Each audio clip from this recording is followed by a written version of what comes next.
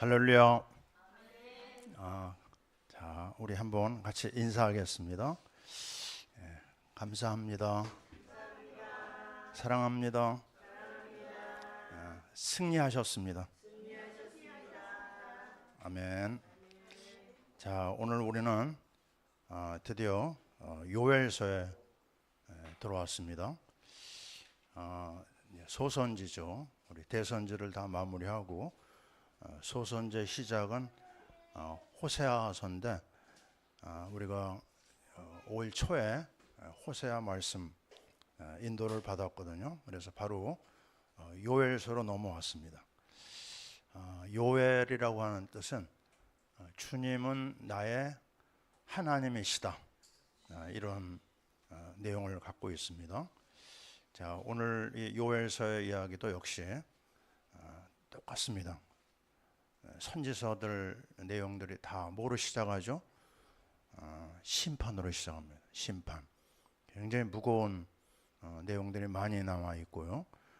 슬픈 내용들이 너무 많고, 슬픈 정도가 아니라 너무 처참한 이야기들이 많습니다. 자, 우리가 왜 이런 슬프고 실패하고 무너진 이야기를 읽어야 되고 들어야 될까요? 자, 오늘 우리는 그 1절 말씀을 한번 봐야 될 것 같습니다. 2절, 요엘서 1장 2절에 보면 이런 얘기를 하고 있습니다. 늙은 자들에게 하는 말이 나오고 주민들에게 하는 말이 나와요. 근데 이런 얘기를 하고 있습니다. 너희는 이것을 들을지어다 그랬어요. 아주 분명하게 못을 받고 있죠. 무엇을 들으라고 할까요? 주민들에게는 뭐라고 했죠? 너희는 귀를 기울일지어다. 그냥 대충 듣지 말고 아주 집중해서 들어야 된다는 겁니다. 듣고 귀를 기울여라. 무슨 내용일까요? 바로 3절에 조금 자세하게 나오죠. 너희는 이 일을 너희 자녀에게 말하고 그랬어요.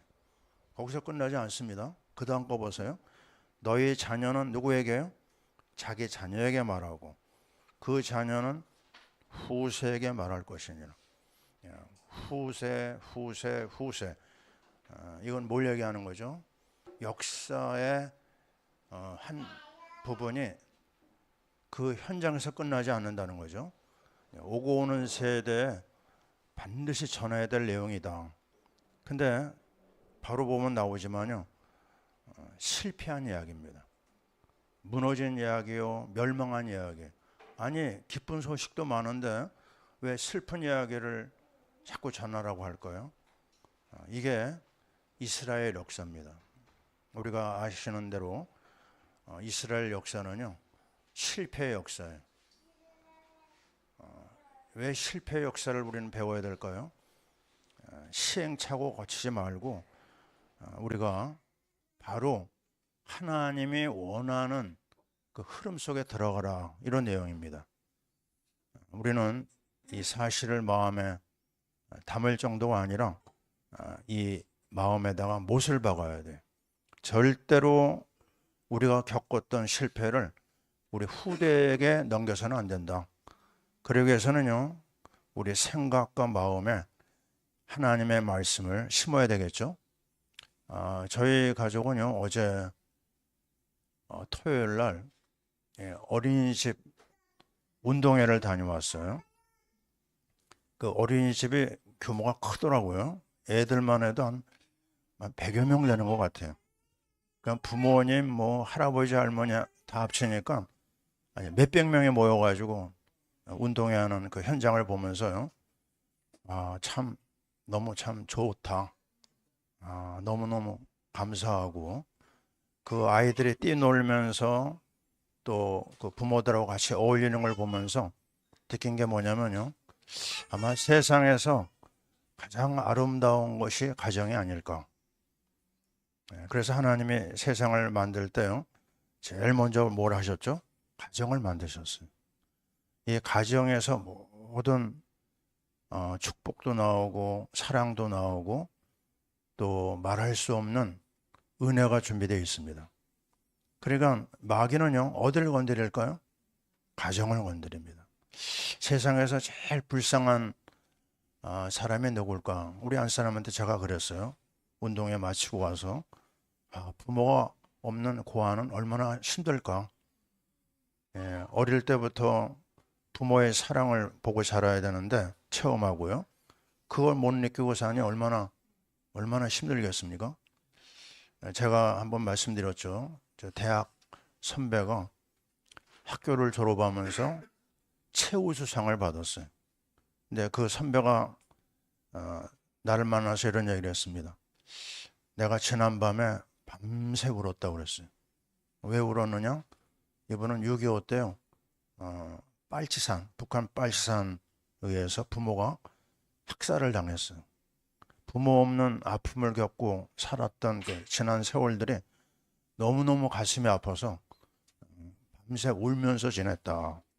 이런 얘기를 하시더라고요.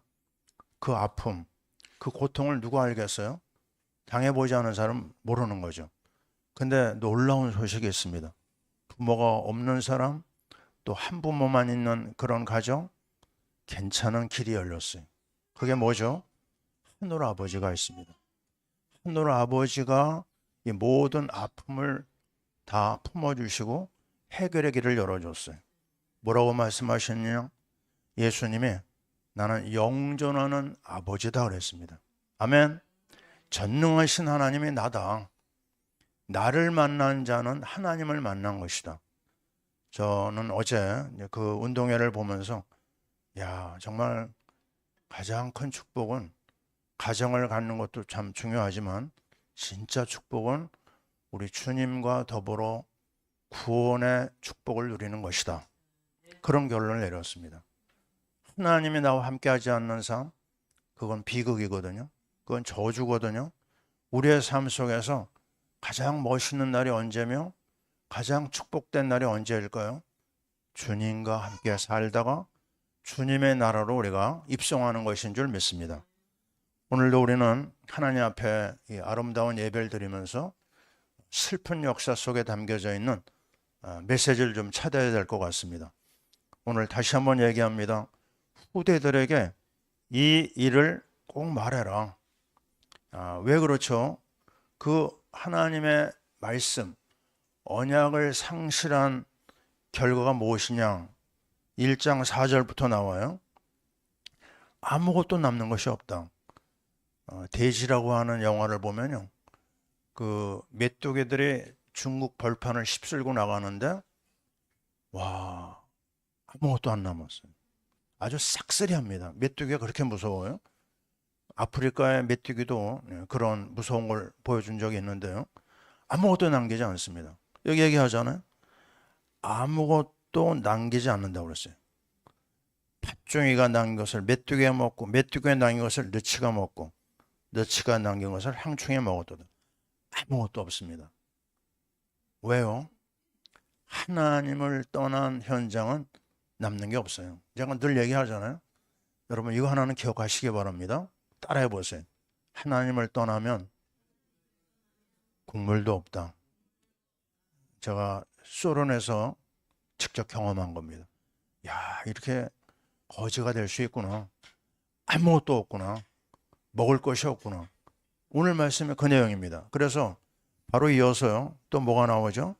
5절에 보니까 너희는 울어라 그랬어요. 그 상황이 너무너무 비참하기 때문에 울지어다. 포도주를 마시는 자들아 너희도 울지어다. 포도주가 너희 입에서 끊어졌으면 이제 포도주 먹을 수 없다는 거죠. 그리고 6절에 보니까 드디어 다른 민족이 와서 쳐들어왔어요. 어느 정도 무서우냐? 사자의 이빨이 암사자의 어금니가 물어 뜯는다고 그랬어요. 긍휼이 없습니다. 자비가 없습니다. 여러분 전쟁을 아십니까? 끔찍합니다. 끔찍해. 세상에 제일 무서운 게 전쟁이거든요. 아니 러시아 우크라이나 전쟁에서 100만 명이 날아갔어요. 없어졌어요. 그 무서운 현장. 그게 남의 이야기가 아니고요. 하나님의 백성인 이스라엘에게 일어난 이야기입니다. 또 얘기합니다. 4절에요. 6절, 7절에 나오죠. 다 말갛게 나무들이 벗겨졌다. 왜요? 먹을 게 없으니까 나무 껍데기를 벗겨 먹는 거예요. 그리고 8절에 얘기합니다. 처녀가 약혼한 남자와 더불어 아름답게 사랑하고 나눠야 되는데요. 뭐라고 얘기하죠? 굵은 배로 동이고 애독함 갈증. 뭐예요? 사랑하는 님이 죽었어요. 얼마나 안타깝고 슬픈 이야기입니까? 그래서 정말 모든 것이 바닥나고 모든 것이 끝장이 난 현장이에요. 이유가 뭐예요? 하나님을 떠난 현장입니다. 이 상황에서 더 무서운 게 나옵니다. 그게 뭐죠? 9절에 소재와 전제가 성전에서 끊어졌고 수종드는 제사장이 슬퍼하도다. 제일 무서운 게 예배를 못 드린다는 겁니다. 여러분, 예배가 얼마나 축복된지 처음 해본 사람 알잖아요. 예배가 마음대로 드릴 수 없는 그런 시간이 온다. 중세에는요, 교회에서 잘못한 사람한테 무슨 징계가 있었냐면 추찬정지라고 하는 법이 있었어요. 성찬을 참여하지 못해, 예배에 참여하지 못하면 그거를 가장 고통스러워하고 괴로워하고 부끄럽게 여겼어요. 요즘에 우리 성도들은 어떻습니까? 예배 안 드리면 룰룰랄라 합니까? 그거는 아주 비극입니다.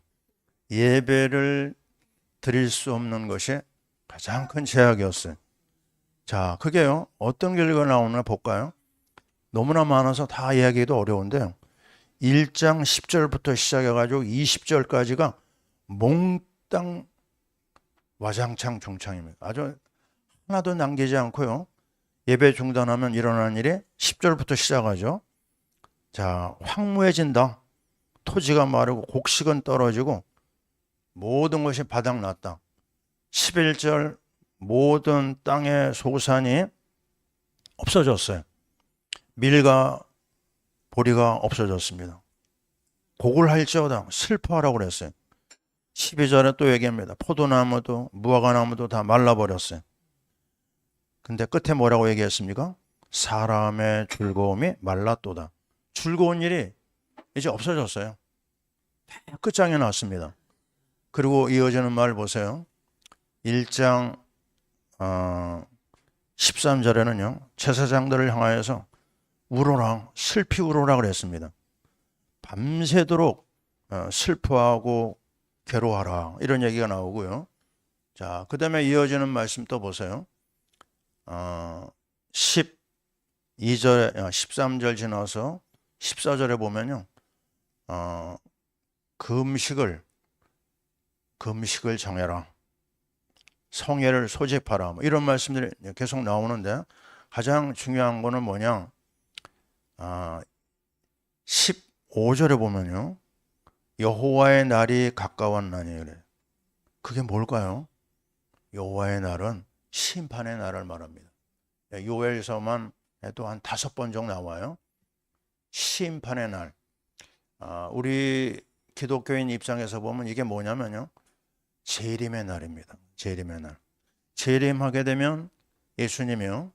불신자들은 어마어마한 재앙 속에 끌려 들어가는 거고 우리 하나님의 사람은 공중에서 주님을 맞이하는 거죠. 이 여호와의 날, 심판의 날의 메시지가 선지서에 여러 번 나옵니다. 그 재앙의 날이 너에게 임할 것이다 말씀하시고요.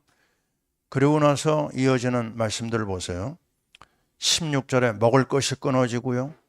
또 17절에 곡식이 다 시들었다고 그랬고 창고가 비고 곡간이 무너졌다.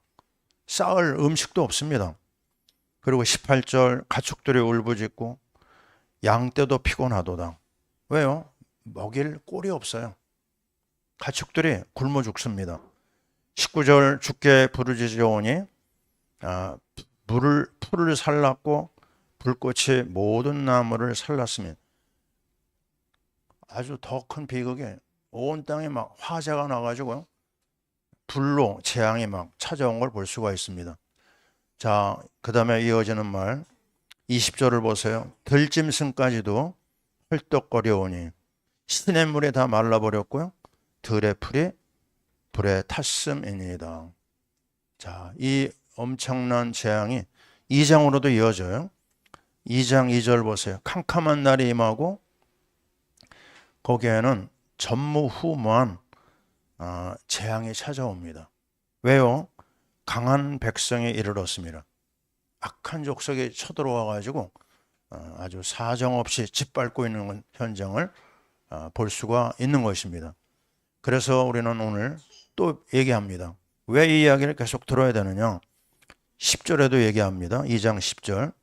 땅이 진동하며 하늘이 떨며 해와 달이 캄캄하며 별들의 빛을 거두도다. 온 자연 삼라만상이 다 무너진 현장을 얘기하고 있어요.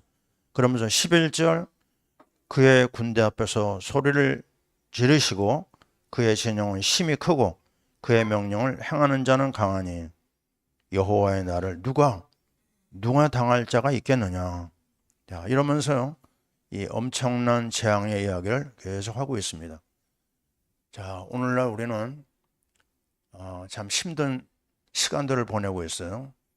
우리 나라도 힘들고 또 우리 백성들도 힘들고요. 먹고 사는 문제에 우리가 목을 메고 살고 있습니다. 우리 지난주에도 여러 번 얘기했죠. 캄보디아에 끌려간 우리 젊은 아이들. 우리 한국 애들만 1000명, 1500명이 지금도 끌려가 있다고 하는데 그 정도가 아닙니다. 뭐냐면 2만 명이 동남아권에 있는 2만 명이 그 안에 끌려가 있대요. 그래서 이게 보통 문제가 아닙니다. 세계적인 문제로 대두가 돼가지고 미국도 나서고 있고 중국도 나서고 있고 이게 다 뭐죠? 요한복음 8장 44절에 나와 있는 바로 마귀의 역사입니다. 속여서 죽이는 게 마귀라고 그랬어요. 아주 정확하죠? 다 사기쳐가지고 젊은 애들을 끌고 가서요. 죽음의 일을 시키는 거예요. 그러고 나서는 수많은 사람들이 죽음의 현장에서 사라집니다. 지금 없어진 사람 중에 이미 불에 타서 없어진 사람들이 그렇게 많다고 그래요. 이게 얼마나 비참한 얘기예요? 얼마나 슬픈 이야기입니까? 한 나라의 재앙이 아니에요. 세계적인 재앙이 막 밀어닥치고 있어요. 앞을 예측할 수 없는 재앙이 왜 일어나느냐? 성경은 하나님이 허락했다. 이렇게 얘기를 하고 있습니다. 그러면 이러한 시대, 이러한 문제 앞에서 우리는 어떤 방향을 가져야 될까요? 오늘 말씀의 제목은 영적 전쟁에서의 승리입니다. 지금 이거는요, 눈에 보이는 이 혈과 육의 싸움이 아닙니다. 이거는요, 하늘의 악한 영과의 싸움이에요. 그래서 우리는 이걸 영적 전쟁이라고 합니다. 보이지 않는 악한 세력하고 우리가 어떻게 이기겠어요? 근데 승리할 수 있는 길이 있어요. 오늘 저는 그것을 여러분에게 5가지를 가지고 얘기합니다. 5가지를 여러분이 마음에 꼭 새기시길 바랍니다. 첫째, 회개의 삶. 둘째, 예배의 삶. 셋째는요, 성령 충만의 삶. 넷째는 찬양과 선교의 삶. 그리고 5번째는 말씀의 삶입니다.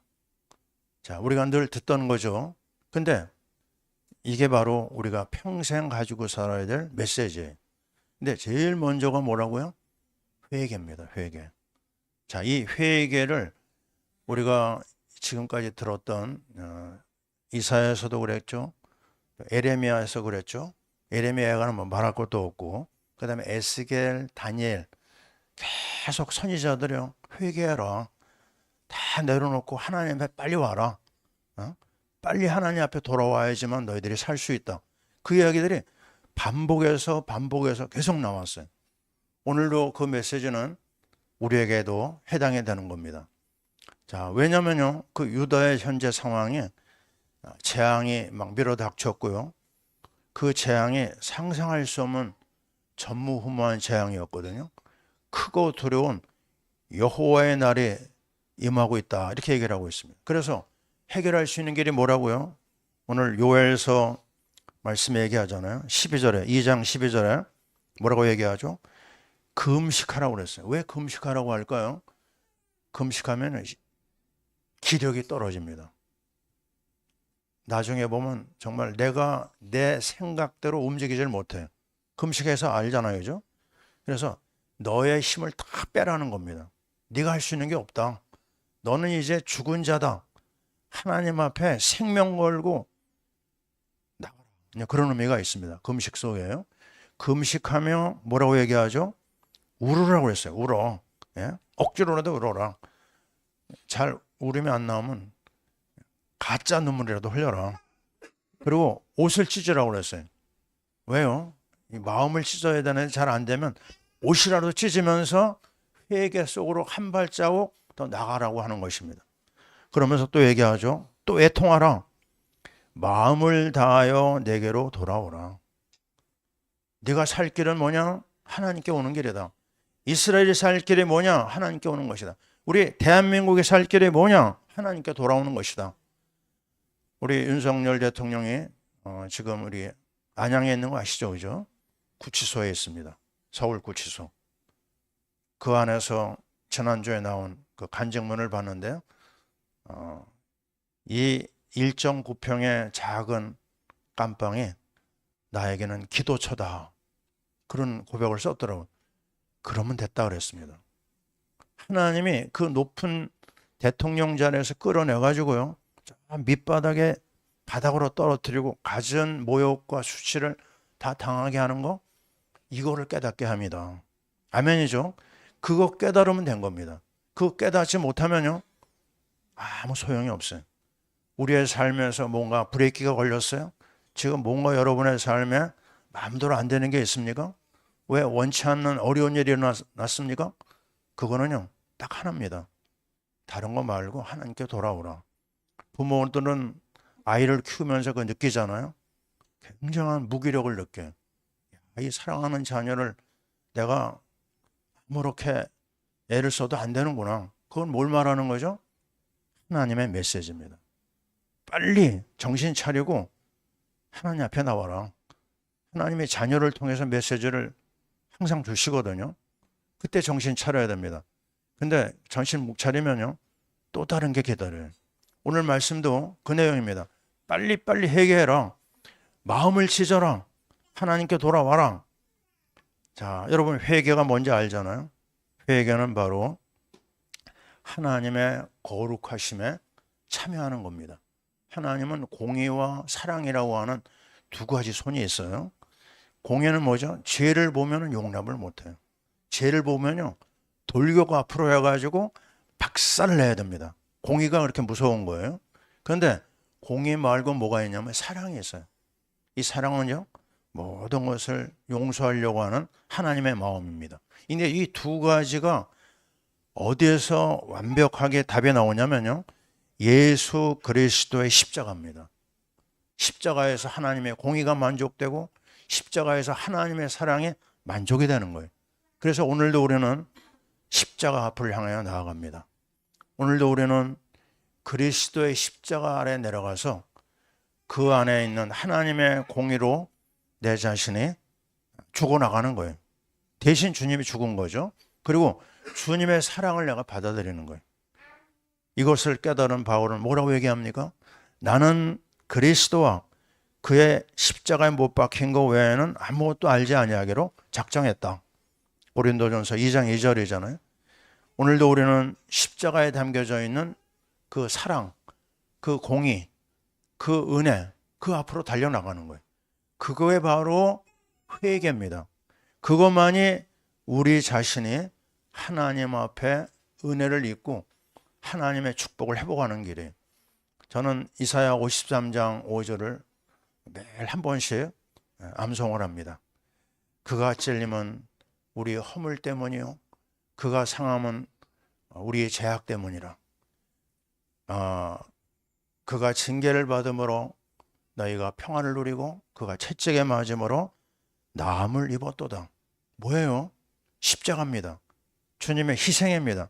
주님의 피 흘림 속에 우리가 하나님 앞에 치유받고 하나님 앞에 나가는 길이 열렸어요. 그래서 오늘도 우리는 메시지에서 뭘 잡죠? 십자가입니다. 예수의 보혈입니다. 저는 매일 밤 옥상에서 운동하면서 제일 먼저 외치는 기도 제목은 십자가요, 십자가의 보혈입니다. 그거 외에는요, 하나님 앞에 은혜를 구할 수 있는 길이 없어요. 하나님의 공의 하나님이 어디서 만족한다고요? 십자가에서만 만족합니다. 우리가 깨끗하게 살아요? 그거 가지고는 안 됩니다. 하나님 앞에 우리는 여전히 심판받을 자에 불과하거든요. 십자가의 비밀 속에 들어가면서 오늘로 나아갑니다. 때를 따라 돕는 은혜를 얻기 위하여 은혜의 보좌 앞에 어떻게 해요? 담대히 나아가라고 그랬습니다. 십자가를 붙들어야 됩니다. 십자가 외에는 길이 없습니다. 오늘도 우리는 주님의 회개의 메시지를 들어요. 마가복음 1장 15절. 하나님 나라가 갖고 왔다. 때가 찼고 하나님 나라가 갖고 왔는데 뭐 해야 되느냐? 회개하고 복음을 믿어라. 그게 예수님이 제일 먼저 구속사역을 하시면서 하신 첫 번째 메시지예요. 회개입니다. 회개를 가볍게 여긴다? 그 사람은 하나님 앞에 나갈 수 없어요. 어제 회개는 아닙니다. 우리는 또 주님 앞에 또 나가야 돼. 구원을 받았지만 우리의 발은 더러워지거든요. 잠깐이라도 놓치는 순간 세상에 이 때를 우리가 접할 수밖에 없어요. 그래서 회개의 메시지를 어려워하고 부담스러워하면 안 됩니다. 우리의 죄를 자백하면 의로우신 주님이 우리를 죄 없다 받아주시겠다고 그랬어요. 오늘도 우리는 다시 한번 얘기합니다. 모든 선지서의 가장 중요한 내용이 회개입니다. 회개 속에서 구원의 길이 열리는 거예요. 제가 하는 일 몇 번 얘기했잖아요. 저희 집에서 제가 아주 막중한 사명이 하나 있습니다. 그거는 저녁 때 쓰레기를 점검하고 쓰레기를 들고 갖고 내려가는 거예요. 특별히 음식물 쓰레기 그거 안 했다가는 제가 밥을 못 먹습니다. 그거 꼭 해야 돼. 왜냐하면 그게 우리 집안에 냄새를 가져오고 벌레를 가져오거든요. 그거 가볍게 여기면 안 됩니다. 마찬가지입니다. 우리가 음식을 먹고 그릇을 비워야지만 그 다음 또 음식을 담을 수 있잖아요. 하나님 앞에 늘 낮은 자세로 내려가야 돼요. 세례요한 한 말 여러분 기억나시죠? 뭐라고 얘기했습니까? 그는 흥해야 되겠고 나는 쇠하여야 하리라. 내가 하나님 앞에 구원은 받았지만요, 여전히 죄성이 우리에게 있어요. 그래서 우리는 날마다 나를 낮추고요, 주님의 은혜를 구해야 됩니다. 그게 바로 회개입니다. 회개가 멀리 있지 않아요. 아주 가까운 데 있습니다. 하나님이 오늘도 회개하는 자를 품으시고 이끌어 주시고 축복하세요. 그래서 요엘서 말씀 우리 2장 12절 다시 한번 얘기합니다. 너희는 울며 애통하며 마음을 다하여 내게로 돌아와라. 또 강조하고 또 강조합니다. 그리고 다니엘서 우리가 읽었던 다니엘서 9장 5절을 보니까요, 이런 얘기를 하고 있어요. 우리는 이미 범죄하여 패역하며 행악하며 반역하여 주의 법도와 규례를 떠났사오며. 9장 19절 다니엘입니다. 주여 우리를 용서하소서. 끊임없이 선지자들이 회개의 기도를 올리고 있어요. 이거 안 하면 절대로 안 됩니다. 그래서 나를 영적으로 무장시키는 것 중에 제1번 타자가 뭐라고요? 나를 자꾸 돌아보고요, 회개의 시간을 가져야 됩니다. 그게 나를 단련시키는 가장 중요한 일이에요. 제가 환절기 또 평소에도요, 감기가 좀 잘 걸렸거든요. 이제 메시지 할 때도 좀 힘들었고, 근데 최근에 들어서 제가 아주 기를 쓰고 하는 게 하나 있습니다. 뭐 한다고요? 5,000보 걷기라고 했어요. 밤마다 5,000보를 걷는데 신기한 거는요, 나에게 자주 찾아오는 그런 질병들이 끊어지더라고요. 육체도 단련해야 됩니다. 그죠? 근데 영적인 것도 단련해야 돼요. 어떻게? 매일입니다. 날마다 주님 앞에 나아가야 돼. 날마다 내 짐을 내려놔야 됩니다. 내가 가지고 있는 욕심 내려놓고 내 야망도 내려놓고 나의 즐거워하는 것도 내려놓고요, 그때 주님의 은혜가 임합니다. 저는 잊을 수가 없어요. 아니, 신앙을 좀 갖고자 애를 쓰는데 다른 사람들은 막 기뻐하고 좋아하는데 난 안 되는 거예요. 왜요? 말씀을 들어도 모르겠고 읽어도 모르겠고 나는 이 하나님에 대해서 도저히 가까이 할 수 없는 사람인가? 이런 생각을 했어요. 근데 한 번은 어떤 책을 봤습니다. 왜 내가 크리스천이 되었는가? 오 할레스비라고 하는 사람이 쓴 글인데요. 거기서 그런 내용이 나와요. 네가 갖고 있는 문제를 하나님 앞에 그대로 얘기해봐라. 하나님이 은혜 주시는 시간까지 네가 갖고 있는 문제를 버리지 말고 계속해서 기도해봐라. 그 기도를 했습니다. 하나님, 나 정말 만나고 싶은데 나 어떻게 해야 됩니까? 그런 시간을 가진 다음에 제가 선배의 말을 듣고 부흥 집회를 갔는데 그때 나는 평생의 은혜를 받았어요. 잊을 수 없는.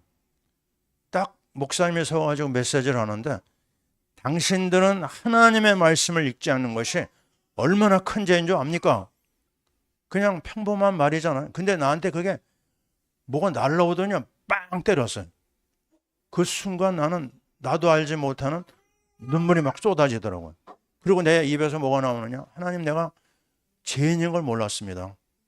회개의 영이 터진 거예요. 회개하는 그 시간에 어디서 그런 눈물이 많이 나왔는지요? 1시간 내내 울었어요.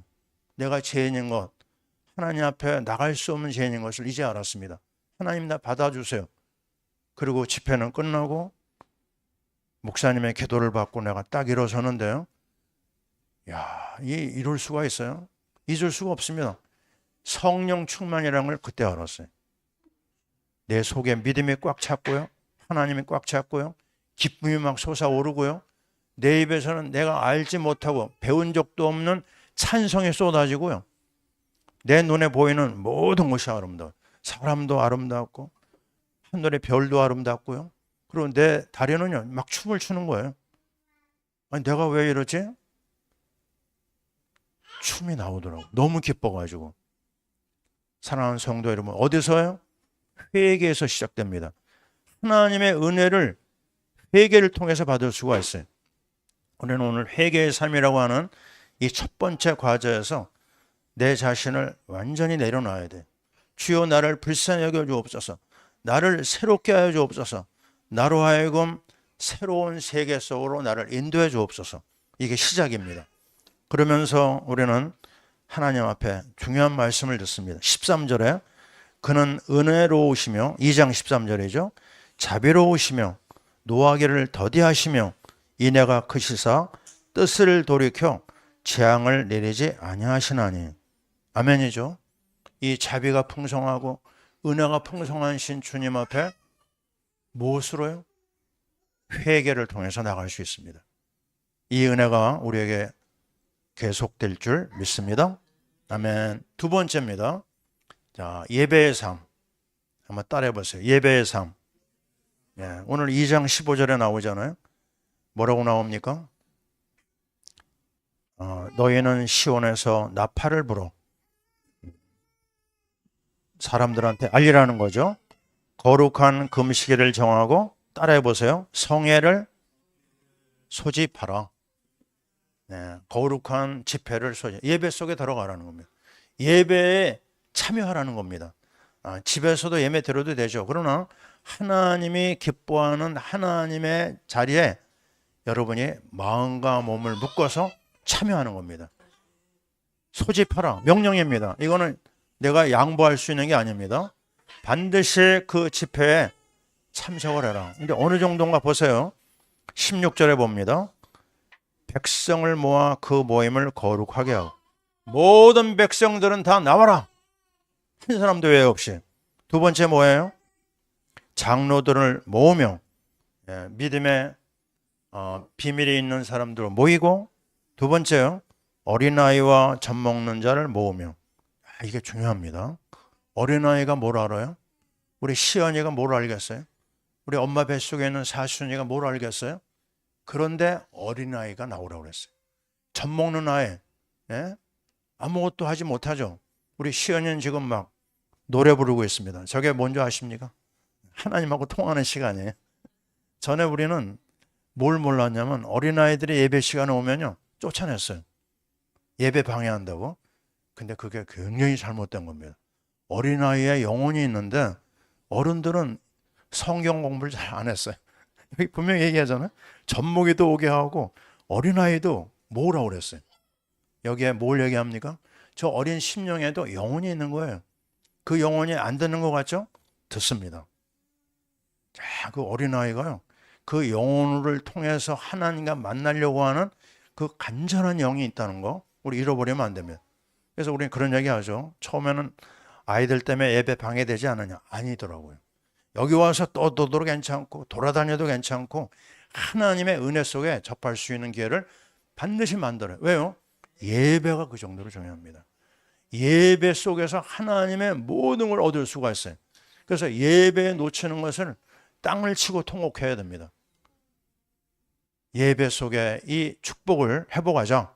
자, 그러면서요, 여기 얘기하지 않습니까? 17절 말씀에 또 이어지는 게 뭐냐면요, 여호와를 섬기는 제사장들은 낭실과 제단 사이에서 울으라고 그랬어요. 그리고 뭐라고 그랬죠?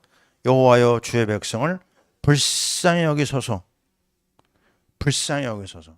제사장들은 울어라. 그리고 기도해라. 불쌍히 여겨달라고. 그러면 이건 주의 종들만 해당될까요? 아닙니다. 왜요? 우리는 예수 믿는 사람들은 어떤 사람이죠? 만인 제사장이에요. 전에 제사장들은요, 그냥 벌벌 떨면서 1년에 한 번 7월 10일 대속죄일 날 지성소에 들어가다가 막 죽어나갔거든요. 하나님 만나는 그렇게 무서웠어요. 근데 예수님이 십자가에서 피 흘려 죽으시는 그 시간에 성소의 휘장이 위에서 아래로 쫙 찢어졌어요. 그건 뭘 말하죠? 이제는 예수의 이름만 있으면 아무나 하나님 앞에 나갈 수 있다. 아멘이죠? 이게 우리가 바로 만인 제사장이에요. 우리 유익 집사도 제사장, 우리 집사님도, 우리 모든 성도들은 다 제사장입니다.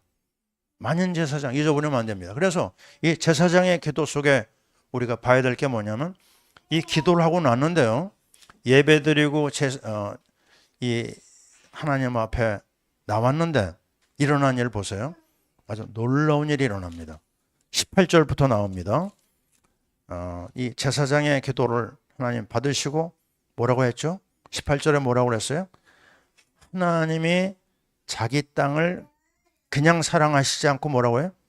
극진히 사랑하셔요. 따라해 봅시다. 극진히. 대충 사랑하지 않아요.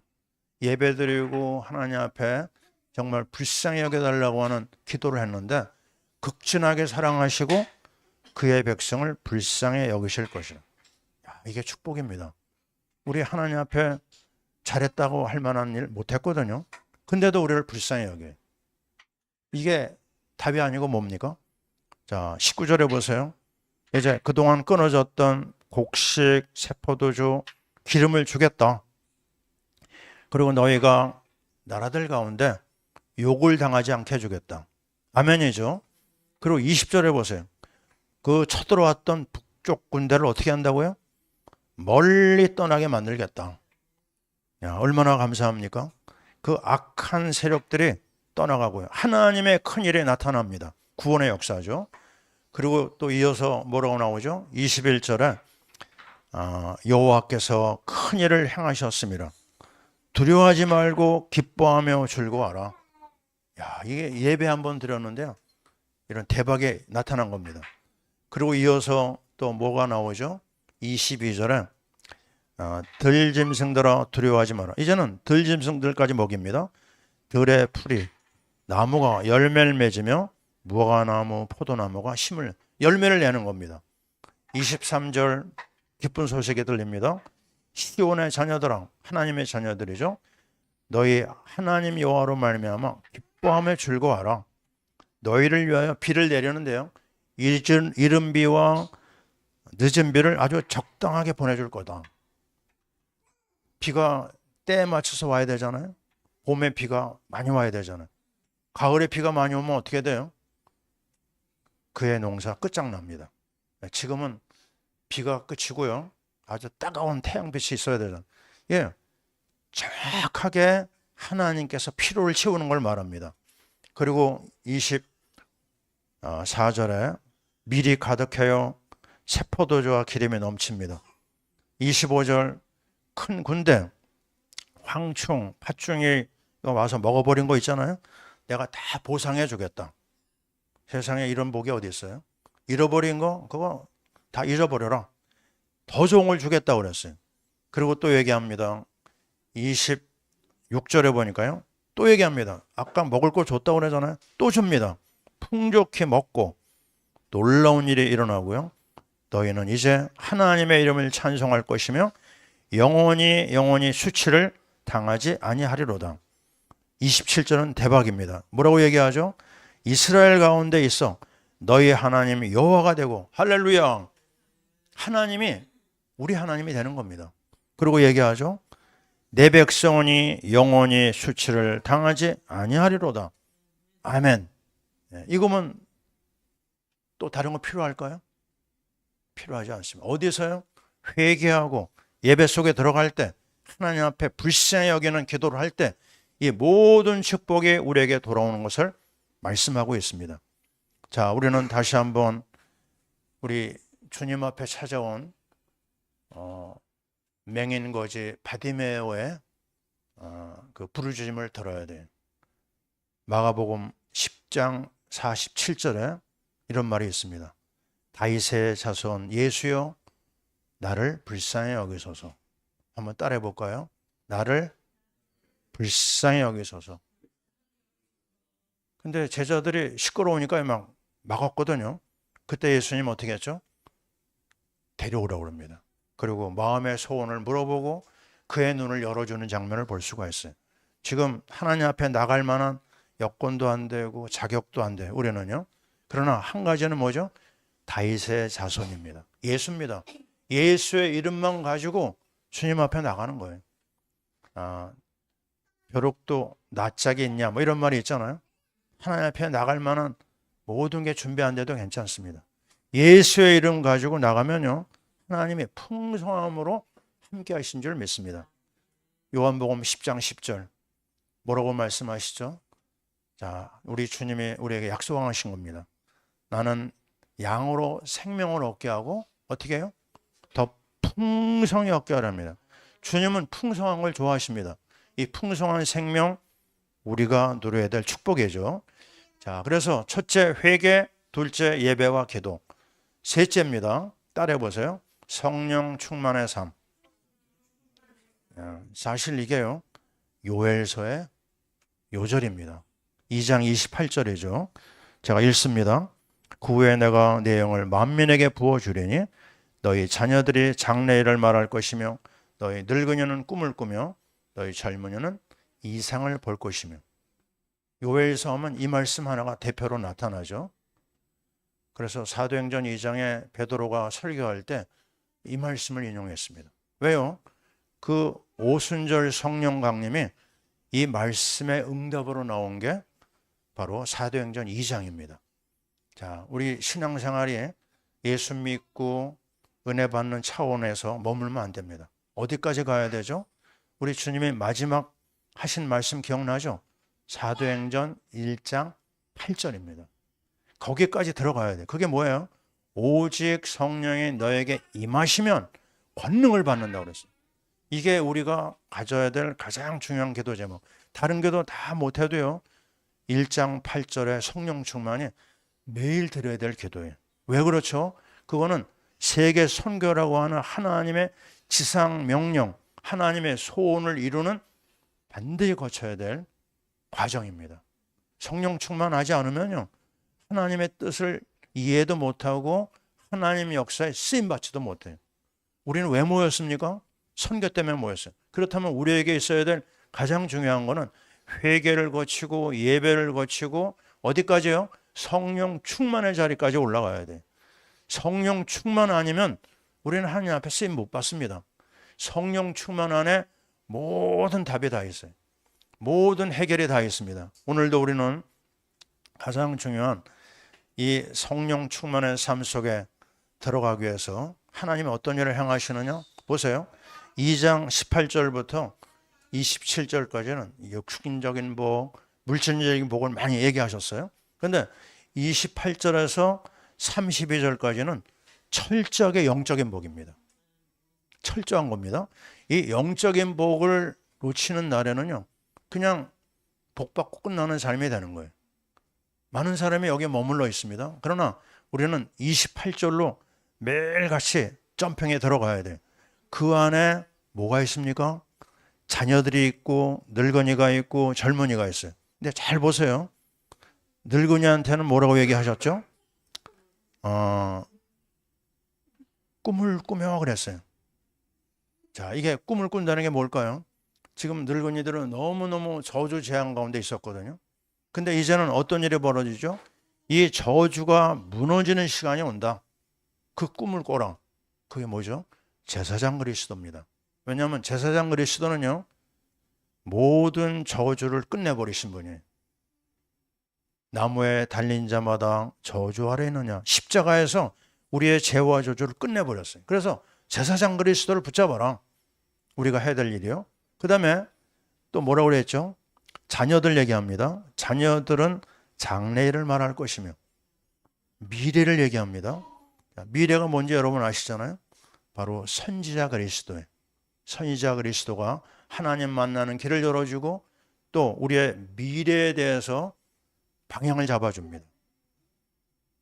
예수님이 말씀하셨어요. 나는 길이요 진리요 생명인데 나로 말미암지 않고는 아버지께로 올 자가 없다. 요한복음 14장 6절. 선지자 그리스도 속으로 들어가라. 그 다음에 마지막은요, 뭐가 나오죠? 젊은이는 이상을 볼 것이며, 이상이 바로 비전 아닙니까? 이 비제냐, 이 이상이요, 어떤 이상일까요? 그냥 나 하나 잘 살고 우리 가정 복 받고 내가 원하는 삶을 살다 가는 거 아닙니다. 하나님의 소원, 하나님의 소망은요, 세계 선교인 줄 믿습니다. 그것 때문에 우리는 모였어요. 그래서 우리의 생각 내려놓고 하나님이 주시는 비전을 향해서 나가는 거예요. 여러분 아시잖아요. 사도행전에 보면은 바울이 이런 말을 했어요. 나는 이스라엘의 소망으로 인하여 쇠사슬에 묶인 바 되었다. 뭐죠? 바울은요, 로마에 안 가도 됩니다. 근데 일부러요, 가이사 황제한테 복음을 전하기 위해서 그 소망 때문에 자기가 쇠사슬에 묶였어요. 참 얼마나 분명합니까? 우리는 선교를 어느 정도 생각합니까? 이런 어떤 생명 걸고 하나님이 원하는 방향에 맞춰서 나가려고 하는 준비가 있어야 돼요. 근데 그 방법은 뭐냐? 오직 성령 충만입니다. 이거 아니고서는요, 재앙시대에 나 하나도 감당 못해요.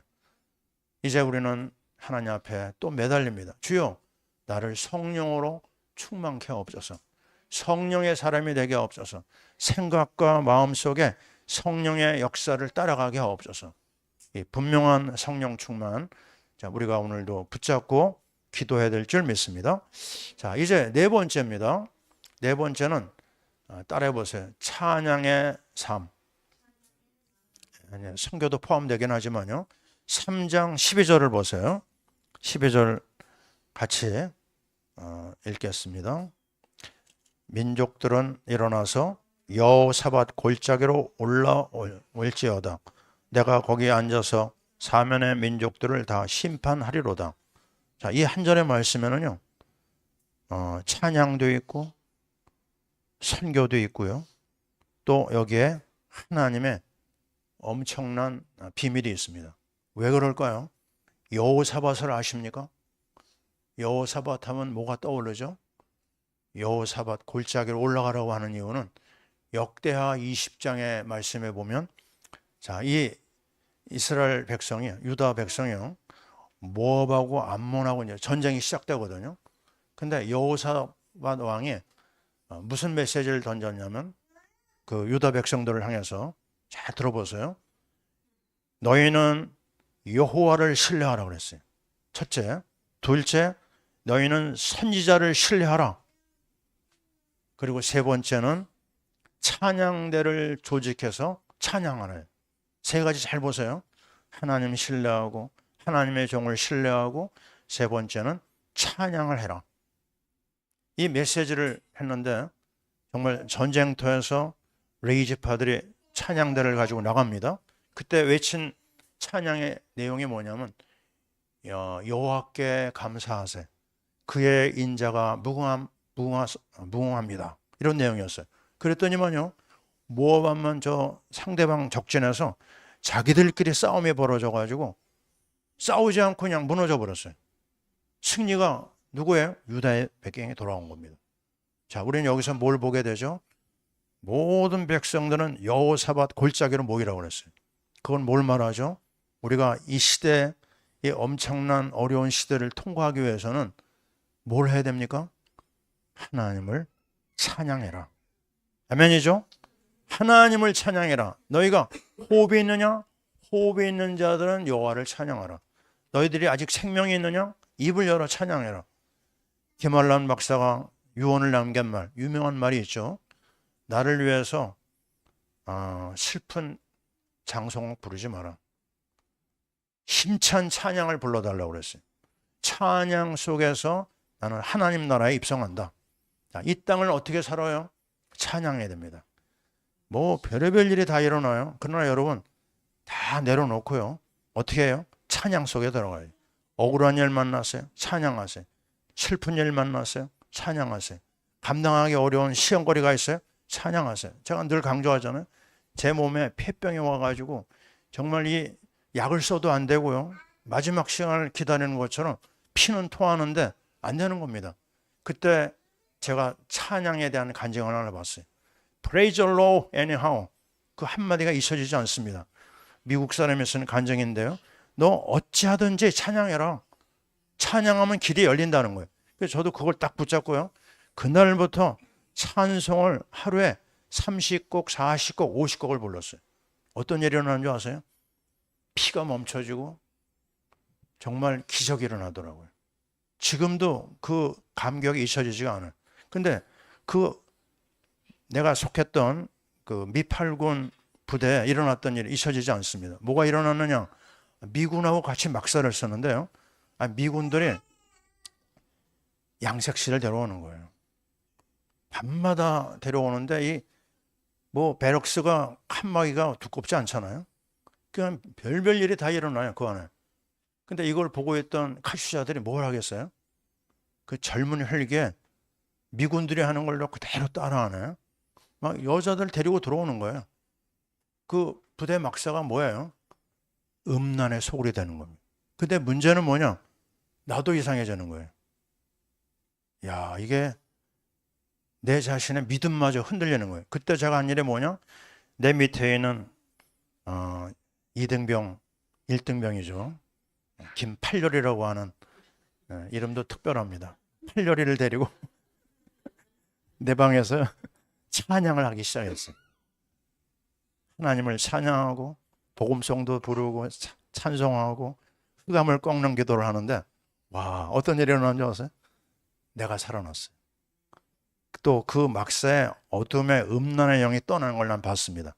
지금 여러분 자리에 뭐가 있습니까? 찬양하세요.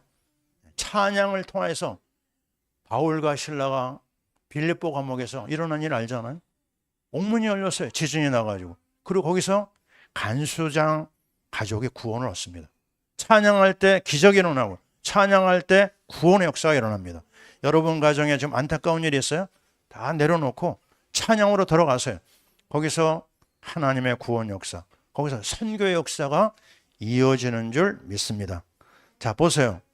전쟁에 승리한 유다, 그리고 유다에는 태평의 복이 찾아왔다. 성경의 결론이 그겁니다.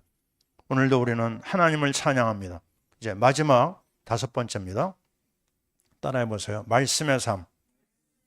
3장 10절 아주 크게 읽어보겠습니다. 시작. 너희는 보습을 쳐서 칼을 만들지어다. 낫을 쳐서 창을 만들지어다. 약한 자도 이르기를 나는 강하다 할지어다. 아멘. 전반 부분이다. 뭐라고요? 보습을 쳐서 칼을 만들고 낫을 쳐서 창을 만들지어다. 이게 뭘까요? 이 영적 전쟁에서 뭐니 해도요, 무기가 있어야 됩니다. 수비 무기만 가지고는 안 됩니다. 공격 무기가 있어야 돼요. 에베소 6장 17절 기억나죠? 성령의 검 뭐예요? 하나님의 말씀을 가져라 그랬습니다. 가져야 됩니다. 무기가 있어야 돼. 우리나라 요즘에 아주 기분 좋은 소식이 또 있죠. K방산 아십니까? K2, K9, 뭐 천무. 우리나라가요. 아니 유럽에 무기를 수출하는 날이 올 줄 누가 알았겠어요? 예? 핀란드에서 노르웨이에서 동구권에서요. 우리나라 무기를 막 사가는 거예요. 사우디아라비아에서 무기 사가고. 예? 이제는 베트남에서도 무기를 사간다고 그러네요. 필리핀은 뭐 말할 것도 없고. 이게 뭐예요? 무기가 좋으면 뭐 어디서나 오는 겁니다. 예? 가성비도 좋고 무기가 있어야 돼. 무기가 있으면 당당합니다. 악한 세력을 싸워 이길 수 있는 힘이 바로 무기에 있는 거예요. 자, 이 무기가 뭐라고요? 하나님의 말씀입니다. 자, 여러분 말씀을 가지고 있습니까? 여러분에게는 지금 레마가 있습니까? 여러분은 지금 악한 세력을 향하여서 공격할 수 있는 분명한 무기가 있습니까? 그렇다면 여러분은요, 어느 전쟁을 만나도 절대로 실패할 수가 없어요. 그래서 나의 말씀을 빨리 찾는 거 너무너무 중요합니다. 우리 가정의 말씀이 아직 없는 사람이 있어요? 빨리 이거 찾아야 됩니다. 말씀이 나를 붙잡아주고 말씀이 나의 길을 열어주고요. 나의 길을 안내합니다. 승리가 보장되는 거 능력의 말씀인 줄 믿습니다. 자, 아멘. 이제 결론입니다. 따라해 보세요. 정체성을 회복하자. 자, 왜냐면요. 여기 그 약한 자도 이르기를 어떻게 해요? 나는 강하다라고 그랬어요. 이 앞에 있는 5가지의 삶을 내 것을 만들잖아요. 나는 약한 자가 아닙니다. 눈에 보이는 모습은 별로 좋은 것이 없어도요. 괜찮아요. 왜요? 회개가 내 것이고 예배가 내 것이고 성령 충만이 내 것이고 찬양과 선교가 내 것이라고 하면 말씀이 내 것이라고 하면은요. 나는 이제 승리자입니다. 한번 따라해 봅시다. 가난한 자는 말하기를 뭐라고요? 부자라 하라. 자, 여러분이 누구예요? 부자입니다. 여러분은 대박입니다. 대박. 여러분 누구예요? 승리자입니다. 여러분은 복받은 자예요. 제가 늘 간증하잖아요. 50년째 간증하고 있습니다. 나는 복의 근원이다. 나는 복댕이다. 집불이 없어도 난 괜찮아요. 따라해 봅시다. 나는 복댕이다. 우리 지난주에도 얘기했잖아요. 누구라고요? 나는 다니엘이다 그랬죠. 지난번 에레미야 할 때 뭐라고 했어요? 나는 에레미야다. 지금 여러분이요. 어느 자리에 있든지 간에 여러분을 해칠 자가 없어요. 여러분을 해치면 하나님 가만히 있지 않습니다. 여러분을 축복하는 내가 축복하겠다고 그랬어요. 이 정체성이 전부예요. 이게 없으면요. 애들도 어른도 힘이 없어요. 자신감이 없어집니다. 분명히 얘기했어요. 너희는 하나님의 자녀다. 그래서 제가 여러 번 강조하잖아요. 신앙의 모델이 쭉 있는데요. 우리 자녀를 향해서도 그렇고 하나의 모델을 딱 정해주시면 좋아요. 왜냐하면 기도 제목을 찾을 수 있거든요. 나는 우리 며느리한테 결혼하자마자 준 말이 뭐냐? 너는 어쩔 수 없이 레베카다. 왜냐? 이삭이 마누라가 리브가잖아요. 리브가의 응답을 받아라. 또 우리 아들은 이삭입니다. 왜요? 내가 아버지가 아브라함이니까 이삭의 복을 받아라. 우리 한 사람은 누구예요? 어쩔 수 없어요. 사라입니다. 사라. 그래서 하나의 모델을 놓고요. 계속 연구하는 겁니다. 연구해가지고 그것을 내 것으로 개인화하는 작업이 필요해요. 오늘 말씀의 결론입니다. 빨리 여러분의 신앙의 모델을 정해라. 성경 안에 있는 그 속으로 들어갈 때요. 어느 상황을 만나도 여러분 이길 수가 있습니다. 여러분이 존 록스에 대해서 아십니까? 스코틀랜드에 장로교를 심은 하나님의 일꾼이에요. 신학자도 되고 목사님도 되는데요. 이분이 그 나라가 캐톨릭의 문화권에서 계속 어려움이 있었거든요. 죽이려고 그랬어요. 그 세력에 의해서 죽임을 당하기 직전까지 그는 끝까지 놓치지 않았습니다. 그가 외친 한마디가 뭐냐면요. 기도하는 한 사람이 기도하지 않는 나라를 이긴다. 유명한 말입니다. 나라를 이길 수 있는 사람은 누구예요? 기도의 사람이에요. 또 그가 남긴 유명한 말 중에 하나가 뭐냐? 스코틀랜드를 나에게 달라. 나에게 스코틀랜드 없는 것은 죽음이라고 그랬어요. 나는 생명 걸고 스코틀랜드를 살린다. 무엇으로요? 기도로, 말씀으로. 자, 우리 앞에 어려운 일 많이 있지만요, 괜찮습니다.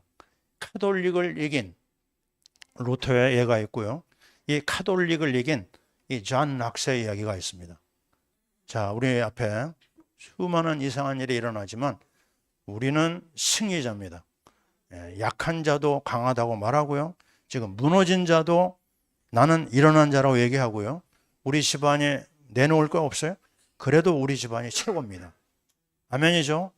하나님이 여러분의 삶 속에 이 아름다운 정체성, 최고의 영적 전쟁에서 승리자로 부르신 줄 믿습니다. 아멘.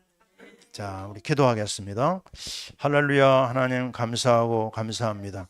우리 하나님께서 우리를 사랑하셔서 정말 회개의 영을 주시고 또 예배의 축복을 주시오며 또 성령 충만의 길을 열어주시고 찬양과 선교회를 여시며 말씀의 삶을 주시니 감사합니다. 그래서 이제는 정말 약한 자도 강한 자라고 말할 수 있는 정체성을 회복하게 하시니 감사합니다. 하나님, 이 시대와 이 민족과 세계를 살릴 자들이 여기에 모였습니다. 저들은 복댕입니다. 저들을 통하여 세계를 살리게 도와 주시옵소서. 예수님 이름으로 기도하옵나이다. 아멘.